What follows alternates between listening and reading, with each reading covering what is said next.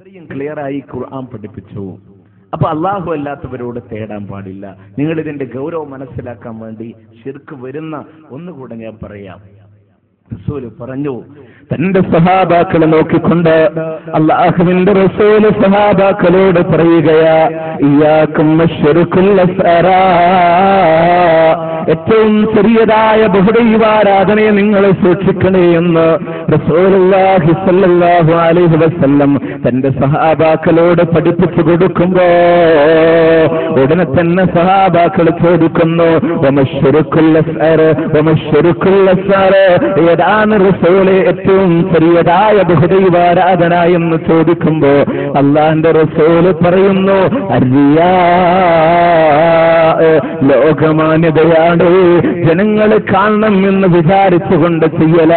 ഇമാം അഹ്മദ് ഉദ്ധരിക്കുന്ന ഹദീസിലൂടെ കാണാൻ സാധിക്കുമല്ലോ, മൻ സല്ലാ യുറാഇ ഫഖദ് അശ്റക, മറ്റുള്ളവരെ കാണിക്കാൻ വേണ്ടി ആര് നമസ്കരിക്കുന്നുവോ അവൻ ശിർക്ക് ചെയ്തു പോയിരിക്കുന്നു.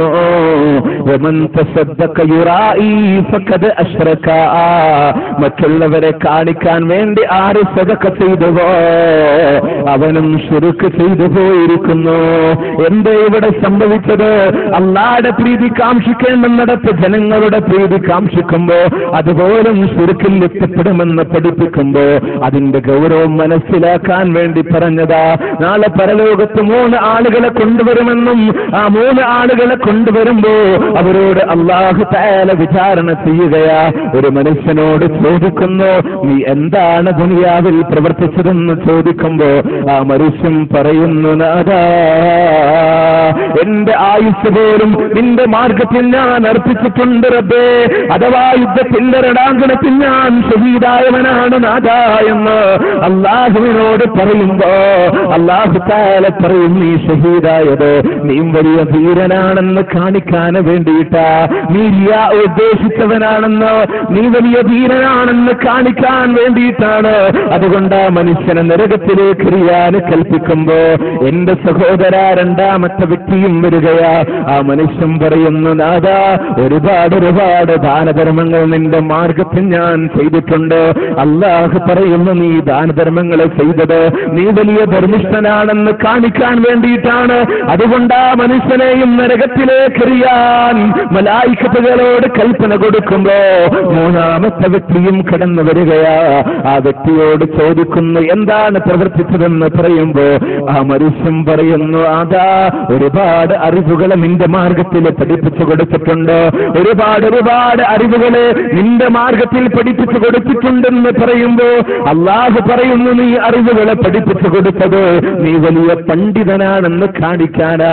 അതുകൊണ്ട് ആ മനുഷ്യനെയും നരകത്തിലേക്ക് എറിയാൻ അല്ലാഹു കൽപ്പന കൊടുക്കുമെന്ന് ഹബീബായ റസൂലുള്ളാഹി സ്വല്ലല്ലാഹു അലൈഹി വസല്ലം പഠിപ്പിക്കുമ്പോ എന്തേ സഹോദരാ ഇവിടെ സംഭവിച്ചത്?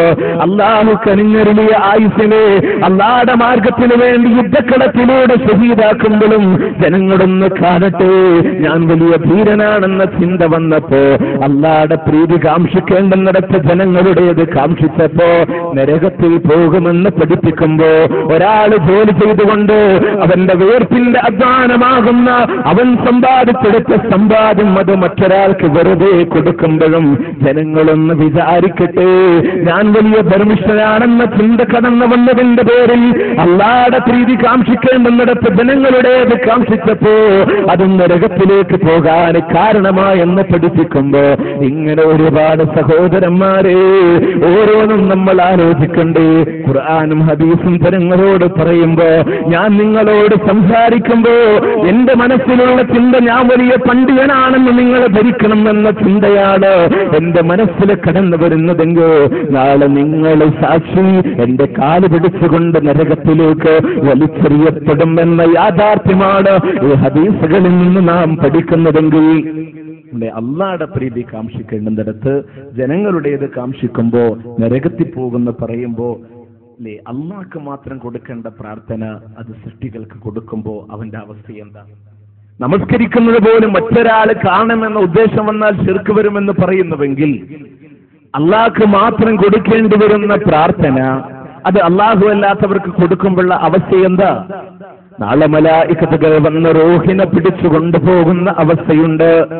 ഹത്താ ഇദാ ജാഅത്ഹും റുസുലുനാ യതവഫൗനഹും ഖാലൂ ഐനമാ കുൻതും തദ്ഊന മിൻ ദൂനില്ലാഹ് ഖാലൂ വല്ലൂ അന്നാ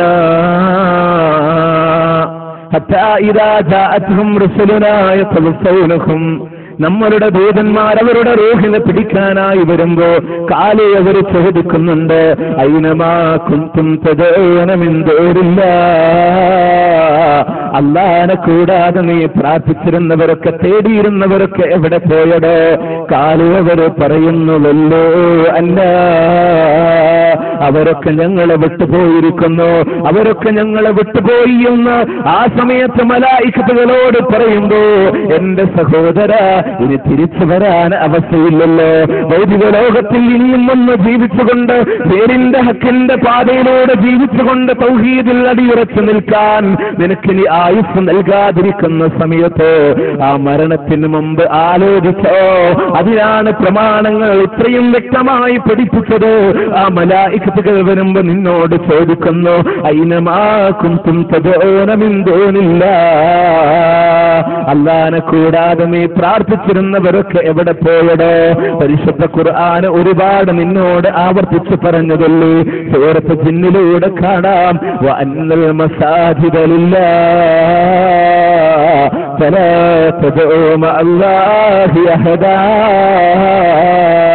വഅന്നൽ മസാജിദ ലില്ലാഹ്, നിശ്ചയമായും പള്ളികളെല്ലാം അല്ലാഹുവിനുള്ളതാണ്. ആകയാൽ ഫലാ തദ്ഉ, നിങ്ങൾ തേടിപ്പോകരുത്, പ്രാർത്ഥിച്ചു പോകരുത്, മഅല്ലാഹി അഹദാ, അല്ലാഹുവോട് കൂടെ, അല്ലാഹുവോട് കൂടെ, അല്ലാഹുവോട് കൂടെ മറ്റാരോടും നിങ്ങൾ ദുആ ചെയ്തു പോകരുത്.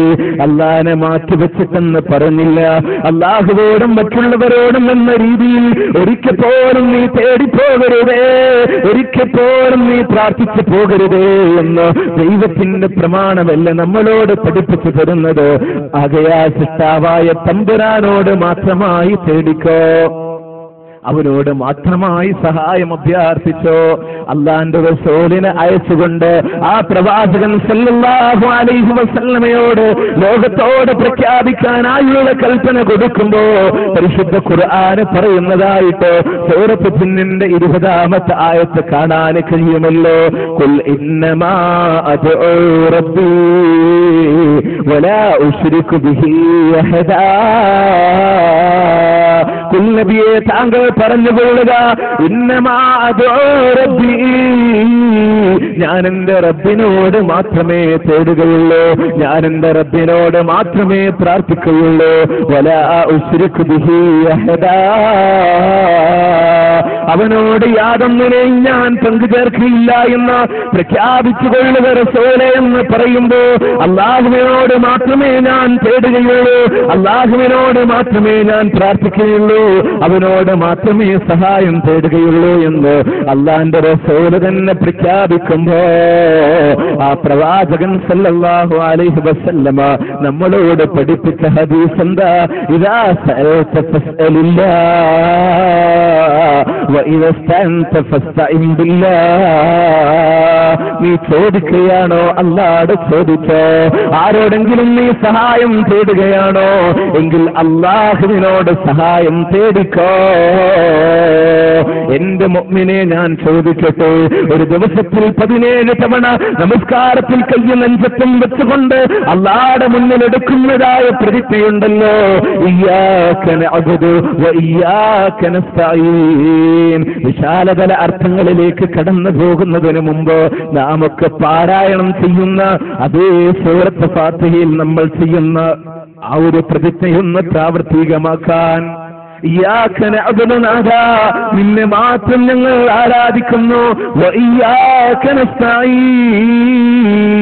നിന്നോട് മാത്രം ഞങ്ങൾ സഹായം തേടുകയും ചെയ്യുന്നു റബ്ബേ എന്ന് അല്ലാഹുവിനോട് തേടുമ്പോ, അല്ലാഹുവിനോട് പ്രതിജ്ഞ ചെയ്യുമ്പോ എന്റെ അത് ജീവിതത്തിന്റെ പ്രാവർത്തിക തലങ്ങളിലേക്ക് കൊണ്ടുവന്നുകൂടാ?